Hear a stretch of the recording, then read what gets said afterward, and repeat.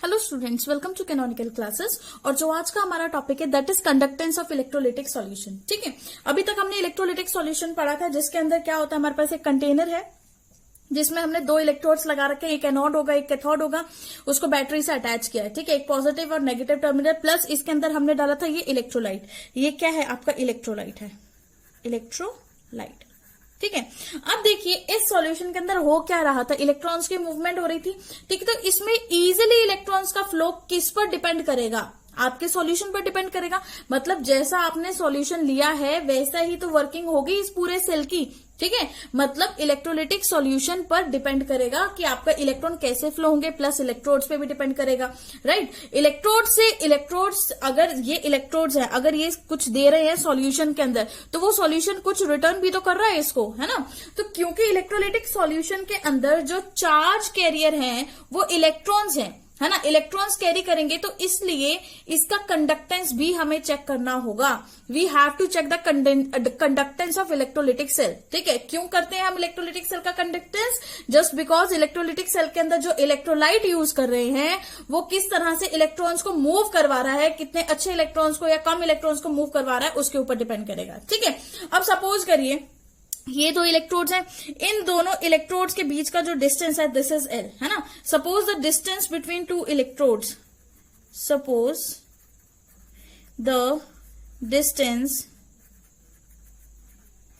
Between two electrodes is equal to L. जो distance है दो इलेक्ट्रोड्स के बीच का वो क्या है, एल है ना। वहीं पे अगर हम बात करें एरिया ऑफ क्रॉस सेक्शन, जो एरिया है क्रॉस सेक्शन का दैट इज ए, वो क्या है आपका ए। तो कंडक्टेंस को समझने के लिए, मतलब कंडक्टेंस मतलब कितनी इलेक्ट्रिसिटी कंडक्ट कर रहा है ना, तो वहां पर अब हमें यहाँ पे कंडक्टेंस ही तो निकालनी है। तो उस कंडक्टेंस को समझने के लिए हमें पहले समझना होगा अबाउट रेजिस्टेंस, बिकॉज कंडक्टेंस जो होती है वो रेजिस्टेंस के उल्टा होती है ना। तो रेजिस्टेंस जो है, resistance is represented by R and conductance is represented by G. ठीक है, रेजिस्टेंस आपकी आर से रिप्रेजेंट होगी और जो कंडक्टेंस है वो आपकी जी से रिप्रेजेंट होगी। अगर मुझे रेजिस्टेंस का फॉर्मूला लिखना है तो ये हमने इस छोटी क्लासेस में पढ़ा भी हुआ है ना, अपनी प्राइमरी क्लासेस में पढ़ा हुआ है कि R is equal to rho L by A. ये आपको फॉर्मूला किसका आ गया, रेजिस्टेंस का। ये फॉर्मूला पढ़ा भी हुआ हमने। ठीक है, जहां पे ये जो सिंबल है इसको बोलते हैं रो, और ये क्या रिप्रेजेंट करता है, रेजिस्टिविटी, रेजिस्टिविटी। ठीक है, it is representing what, resistivity, है ना। वहीं पे अगर हम आर की यूनिट्स की बात करें, यूनिट्स ऑफ आर, आर की जो यूनिट्स होती हैं वो इस तरह का आपने सिंबल देखा ही होगा, और इसको क्या बोलते हैं, ओम। क्या बोला जाता है, ओम। करेक्ट है। ठीक है, तो अब देखो जो हमारे पास कंडक्टेंस, अब हम यहाँ पे अगर कंडक्टेंस डिफाइन करें, रेजिस्टेंस तो मुझे पता लग गया ये होता है। अगर वहीं पे मैं बात करती हूँ कंडक्टेंस की, जो कंडक्टेंस है वो क्या है, कंडक्टेंस जो है वो जी है, और it is reciprocal of R. ये होता क्या है, it is reciprocal of R, है ना। मतलब जिसके रेजिस्टेंस कम होगा उसकी कंडक्टेंस ज्यादा होगी, और जिसकी कंडक्टेंस कम है उसकी रेजिस्टेंस ज्यादा होगी। रेजिस्टेंस मतलब ये एक ऑब्स्टेकल होता है आपके चार्ज को फ्लो करने में, या हम बोले तो करंट को फ्लो करने में। ठीक है, तो अगर ये रेसिप्रोकल है तो इसका मतलब जी जो है कंडक्टेंस इज 1/r। होगा कि नहीं, बिल्कुल होगा। ठीक है, अब आर की वैल्यू तो मुझे पता है कि क्या है, rho L by A. R की वैल्यू हमने क्या फाइंड आउट करी है, रो एल बाय ए। तो यहां पे वैल्यूज पुट करते हैं, जी इज इक्वल टू 1/रो एल बाय ए। ठीक है, इस तरह से लिखते हैं। अब मैं इसको सेपरेट करके अगर लिखना चाहूं तो सेपरेट करके मैं कैसे लिखूंगी, देखो जी इज इक्वल टू 1/रो, ठीक है, इंटू 1/एल बाय ए। ठीक है, ऐसे लिख सकती हूँ बिल्कुल, जहां पे आपकी जो रो है, रो इज रेजिस्टिविटी, और 1/रो, अगर रो रेजिस्टिविटी है तो वहीं पे अगर हम बात करें कि 1/रो is equal to, rho is resistivity, जैसे कि आर इज रेजिस्टेंस, है ना, और 1/r इज कंडक्टेंस, उसी तरह से रो इज रेजिस्टिविटी, 1/रो इज कंडक्टिविटी, 1/रो इज कंडक्टिविटी। ठीक है, 1/ρ कंडक्टिविटी है और इसको हम बोले स्पेसिफिक कंडक्टेंस, स्पेसिफिक कंडक्टेंस। ठीक है, ये क्या है आपकी स्पेसिफिक कंडक्टेंस भी हो गई है। तो अब देखिए, ध्यान से देखिए जरा, हमने क्या किया, हमने सेपरेट करके लिखा। अब हाँ, यहाँ पे एक और चीज बहुत जो इंपॉर्टेंट आपको समझनी है वो ये समझनी है कि जो 1/ρ है, इसको 1/ρ को हम ऐसे भी लिख सकते हैं, 1/ρ जो इज इक्वल टू कप्पा। किसके इक्वल होगा? कप्पा। आपने बस एक इसकी जो लेग है उसको खींच देना है, एक साइड आपने खींच देना है, ठीक है, इसको बोलते हैं कप्पा। ओके, क्या प्रोनाउंस किया जाता है? इसको कप्पा प्रोनाउंस किया जाता है। और ये कप्पा ही क्या है? आपकी कंडक्टिविटी और स्पेसिफिक कंडक्टेंस। ठीक है, दिस इज कप्पा ही आपका सिंबल है, किसका? कंडक्टिविटी का या फिर स्पेसिफिक कंडक्टेंस का सिंबल है। मैं यहाँ पे लिख भी देती हूँ, कंडक्टिविटी और स्पेसिफिक कंडक्टेंस, कंडक्टिविटी और specific conductance, conductivity and specific conductance. Cell constant. What is cell constant? Cell constant. देखिए, आपके पास कोई भी सेल है, ठीक है, आपने कोई भी सेल क्या किया? डिजाइन कर लिया, तो उसको हम रिप्रेजेंट करते हैं जी स्टार से। कई बुक्स में आपको एक्स भी देखने को मिलेगा, but most of the books में आप जी स्टार देखेंगे। ठीक है, तो जहां पर भी आपको जी स्टार देखने को मिल जाए तो आप समझ जाना कि वो क्या है? आपका सेल कांस्टेंट है। तो अब देखिए, अब आप कोई भी आप ड्रॉ कर रहे हो, है ना, कोई भी सेल आपने क्या किया? डिजाइन किया, तो उसके बीच में जब आपने इलेक्ट्रोड्स रखे हैं तो उनकी जो लेंथ है वो आपने फिक्स कर दी, उसी तरह से लेंथ भी आपने फिक्स कर दी वहां पे, और प्लस एरिया जो होगा इलेक्ट्रोड्स का वो भी दोनों के लिए आपने फिक्स कर देना है। एक बार आपने ये सेटअप लगा दी, फिर आप उसको बार बार चेंज नहीं कर सकते हो कि आपने दोबारा सेल लगाई तो आप, नहीं तो रीडिंग खराब हो जाएगी आपकी। ठीक है, बहुत सारी चीजों पे इफेक्ट पड़ेगा।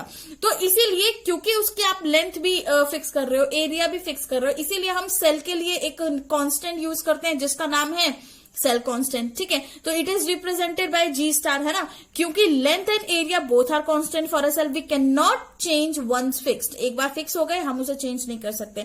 तो क्या क्या हमने फिक्स किया? देखिए, हमने जो फिक्स किया है लेंथ अपॉन एरिया। ठीक है, तो मतलब इसका रेशियो फिक्स रहता है। तो अब देखिए, जो हमारे पास जी स्टार है, हम करेंगे क्या एक्चुअल में?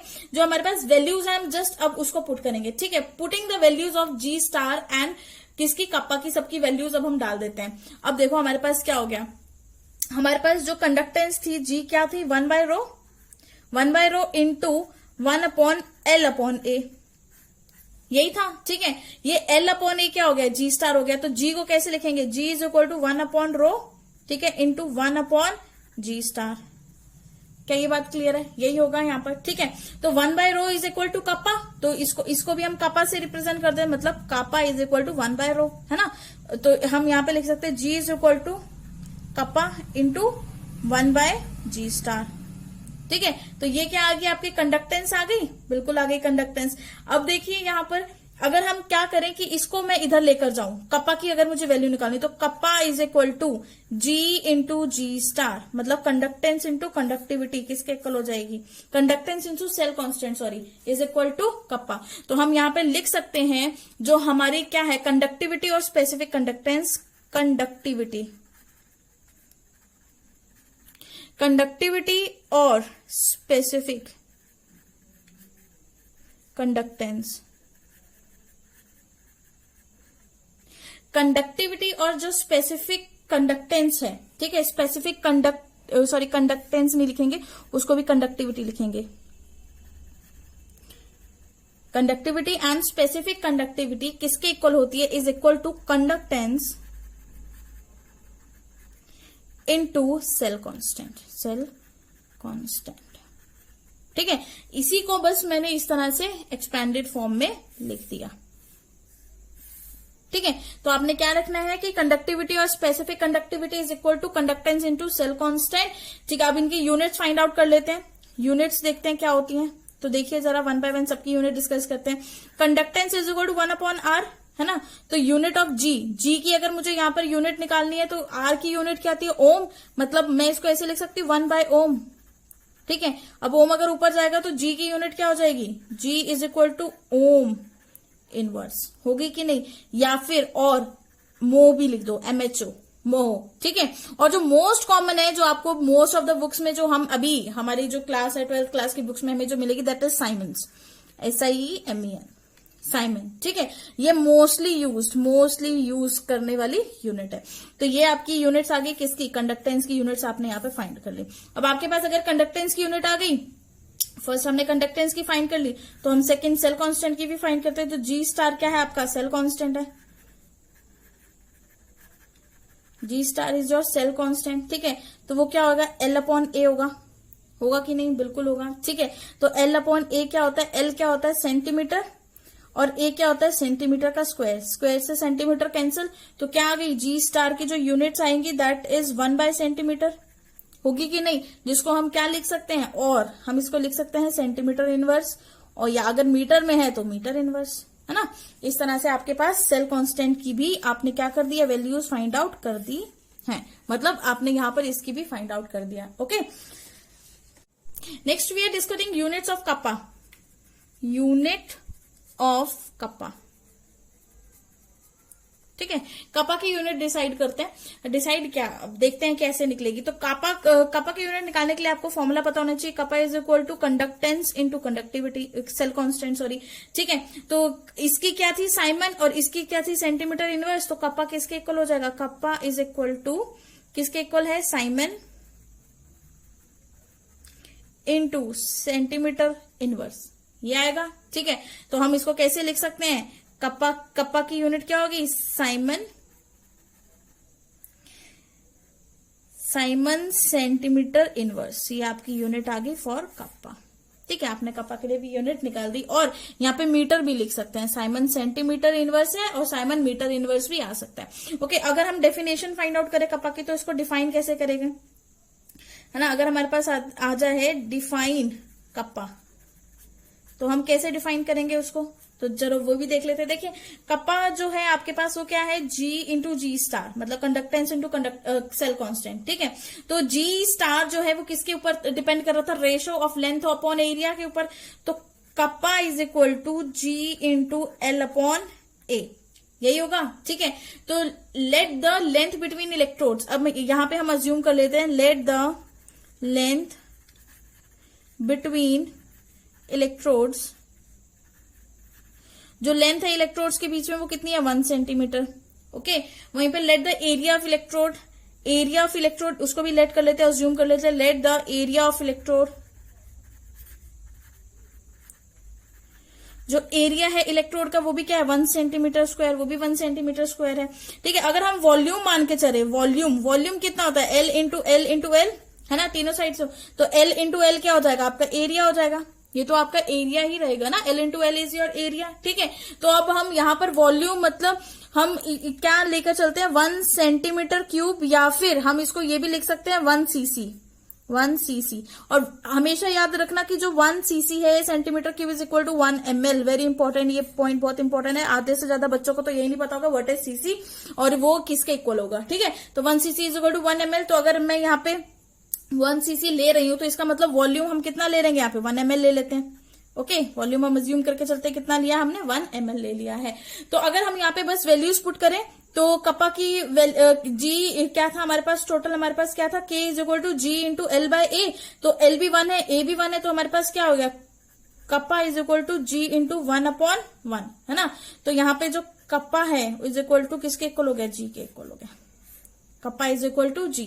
कब होगा G के इक्वल, व्हेन, जब हमने क्या किया, लेंथ को 1 सेंटीमीटर किया, ठीक है, A को 1 सेंटीमीटर स्क्वायर किया, ठीक है, वॉल्यूम को हमने क्या किया, 1 ml कर दिया, ठीक है। तो जो कंडक्टेंस है 1 ml इलेक्ट्रोलिटिक सॉल्यूशन का is called specific conductance, conductance लिखते हैं, द कंडक्टेंस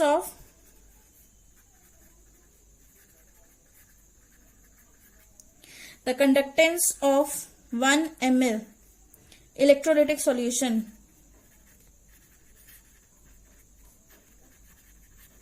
जो कंडक्टेंस है 1 ml electrolytic solution is called specific conductance.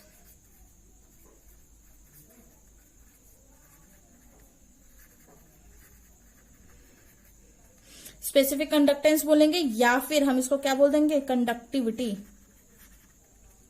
Right. Kappa is representing what, kappa is representing conductivity. तो कंडक्टेंस ऑफ 1 ml किसके equal हो जाएगी, आपके कप्पा के इक्वल हो जाएगी, ठीक है। 1 ml की कंडक्टेंस हमेशा किसके इक्वल होगी, कप्पा के इक्वल हो जाएगी।